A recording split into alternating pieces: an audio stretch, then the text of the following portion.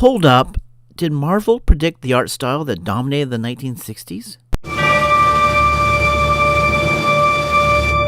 Greetings and felicitations, my minions. I am your evil doctor. The Marvel Comics you know today started its existence as Timely Comics in 1939 by publisher Martin Goodman. He achieved success right off the bat with Marvel Comics #1. And so, to keep the momentum going, he created a companion book, Daring Mystery Comics, that hit the newsstands in October of 1939, the same month as the now renamed Marvel Mystery Comics #2. Unfortunately, it did not come close to the success of its sibling comic. Like Marvel, and pretty much every other comic that was published at that time, Daring was an anthology book that introduced a bunch of different characters and superheroes from a variety of different creators. While Marvel had the Human Torch, Submariner, the Angel, and Kazar, Daring had an ever-rotating lineup that never caught on with comic book buyers, lasted 8 issues before being retooled as a Human Torch Submariner book, and finally being canceled for good in 1945 with issue 12. I was able to pick up both volumes of the Marvel Masterworks of Daring Mystery that covers the first 8 issues. It had some good stories that I enjoyed. I covered one of them in my previous video. But there was one that really stood out for me. That story was originally published in Daring Mystery #4 and appeared on the newsstands in March of 1940. It was written and drawn by a man named Fletcher Hanks under the pen name of C.C. Starr. The story itself is pretty conventional. It centers on a character named Whirlwind Carter who lives on Venus and encounters a woman named Brenda Hale from Earth who is trying to warn her world that Martians are about to attack it. They return to Earth in time to witness the Martian attack and see millions of people being captured. Whirlwind and Brenda manage to save the captured people, organize a counterattack, and drive the Martians away. However, what stood out for me was the art. It was very different from the art of his contemporaries. While most of the artists of the golden age of comics in the 1940s tried to keep the art grounded to the familiar, Hanks' art was chaotic, bright, and fanciful, and paid little heed to the characters having correct proportional anatomy. For me, there was also a sense of familiarity, for it strongly resembled the art style that was prevalent in the 1960s. The 1960s was a time of great political and cultural upheaval, and it was very much reflected in its art. And just as the youth culture was about throwing off the conventional, so too was the art styles, from the pop art of Andy Warhol and Roy Lichtenstein to the psychedelic art of Wes Wilson, Stanley Mouse, and Peter Max. But the most notable and striking example would be the 1968 animated film Yellow Submarine, a film that took inspiration from the songs of the Beatles and the art of that time. The animation designs were created by that film's art director, Heinz Edelmann, and looking at his various stills and comparing them to Fletcher Hanks' work, you see an incredible similarity of style, but drawn nearly 3 decades apart. Edelmann was born in Czechoslovakia in 1934 and went to the Dusseldorf Arts Academy in West Germany in the 1950s. So the odds of him seeing Fletcher Hanks' work seem extremely remote.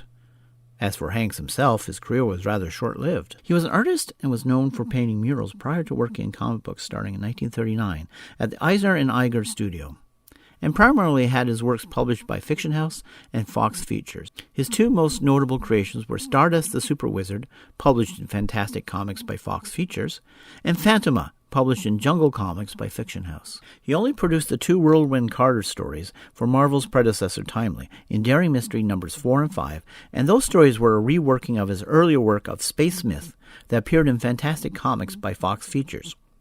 But hey, those 2 stories still count as Marvel stories, so you gotta love loopholes. Anyway, by the end of 1940, he quit comics altogether, his last stories hitting the newsstands in January of 1941. By all accounts, Fletcher Hanks was not a nice person. He was an alcoholic and abusive to his family, whom he abandoned back in 1930. So I think it's highly probable he quit comics due to his drinking problems.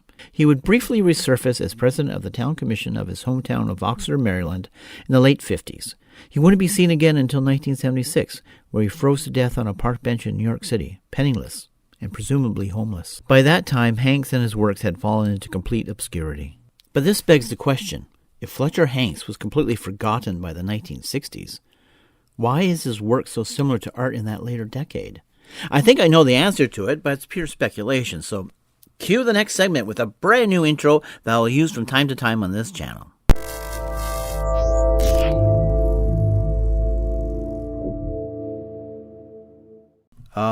It's just a work in progress? Yeah, that wasn't the least bit disconcerting. Anyway, getting back to the topic at hand, Fletcher Hanks was born in 1889 and had taken a cartooning correspondence course when he was 20. This was also the time period in which the art style of Art Nouveau was prevalent. Now, I'm not an art historian. Hell, I'm not even a comic book historian. So I will try to explain this as best as I can, and hopefully you'll forgive me if I get a few details wrong. Art Nouveau was an idea of introducing nature to function in architecture and furnishings, with the use of curved lines that are often suggestive of plants and flowers. It would also try to give the viewer a sense of movement or dynamism with an asymmetric design. In paintings and graphic design, it was often accompanied with elaborate details or even mixed media to give the medium a sense of depth and function. Art Nouveau was introduced to the United States by a man named Louis Tiffany, whose very name became synonymous with elegance and chic. So Hanks would have had to have been very familiar with that art style, and even be influenced by it, especially by the works of British artist Aubrey Beardsly, whose art resembles Hanks' art, despite Beardsly dying in 1898. Czech artist Alphonse Mucha could also have been an influence, more so with Hanks' character Phantoma, whose look has some of the hallmarks of Mucha's work, as well as Beardsly's. It should also be noted that by the start of World War I, the style of Art Nouveau would die out. After the war, the movement known as Art Deco rose to prominence. In many ways, it was a stripped-down version of Art Nouveau, keeping many of the curves and naturalistic styles, while removing much of the complexity and floral elements, giving it a much sleeker and more streamlined look. It also replaced some naturalistic aspects and replaced it with a stylized representation, and introduced angular styles and tilted perspectives which were never seen in art or graphic design before. Much of this was popularized in the United States through the art on magazine covers on such periodicals such as Vogue, Vanity Fair, and The New Yorker. Fletcher Hanks during this period worked not only painting murals, but worked in graphic design before turning to comic books. So I'm pretty certain he would have been familiar with using Art Deco styles.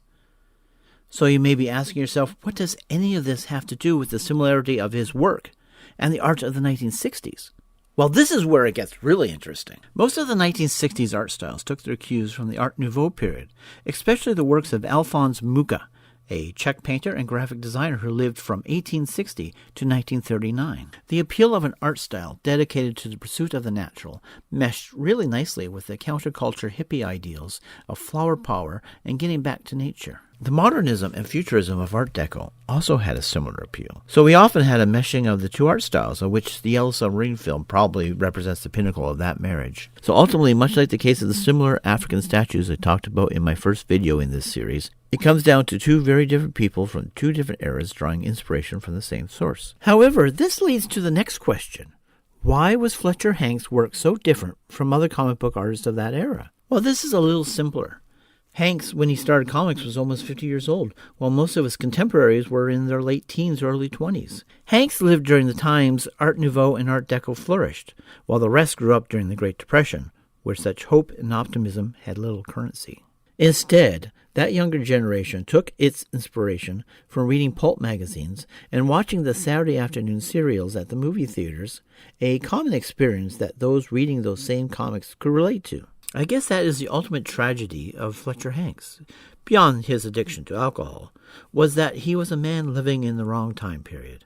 Had he created his work in the 1960s, he would have been celebrated and remembered, especially among the aficionados of underground comic books that flourished in that time, and perhaps more. Fletcher Hanks wasn't without talent. As I mentioned earlier, he was a painter and made money painting murals. But all of his work had been lost to the ravages of time, save one piece. This is the only known surviving art piece Fletcher Hanks has done. The face is unmistakably painted in his unique style, distorted in a cartoonish fashion. But when you start to look at the details, the car, the plants, the background, the sheen and design on the blanket, you notice some fine detail, a precision to the structure, a finesse to the shading, and even the hands and face have a three-dimensional quality to them. He could paint. And it isn't out of the realm of possibility that in another time and another place, his work would be hanging in important museums, instead of packed away in dusty barns, its weirdness celebrated instead of scorned. But hey, it's time for me to say my traditional outro. So until next time, stay evil. Woo.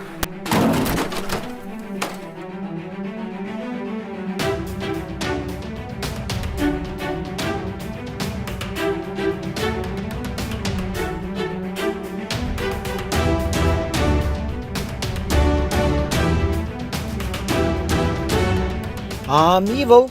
Hold up. Hold up, hold up, hold up, hold up, hold up, hold up, hold up, hold up, hold up, hold up, hold up, hold up, hold up.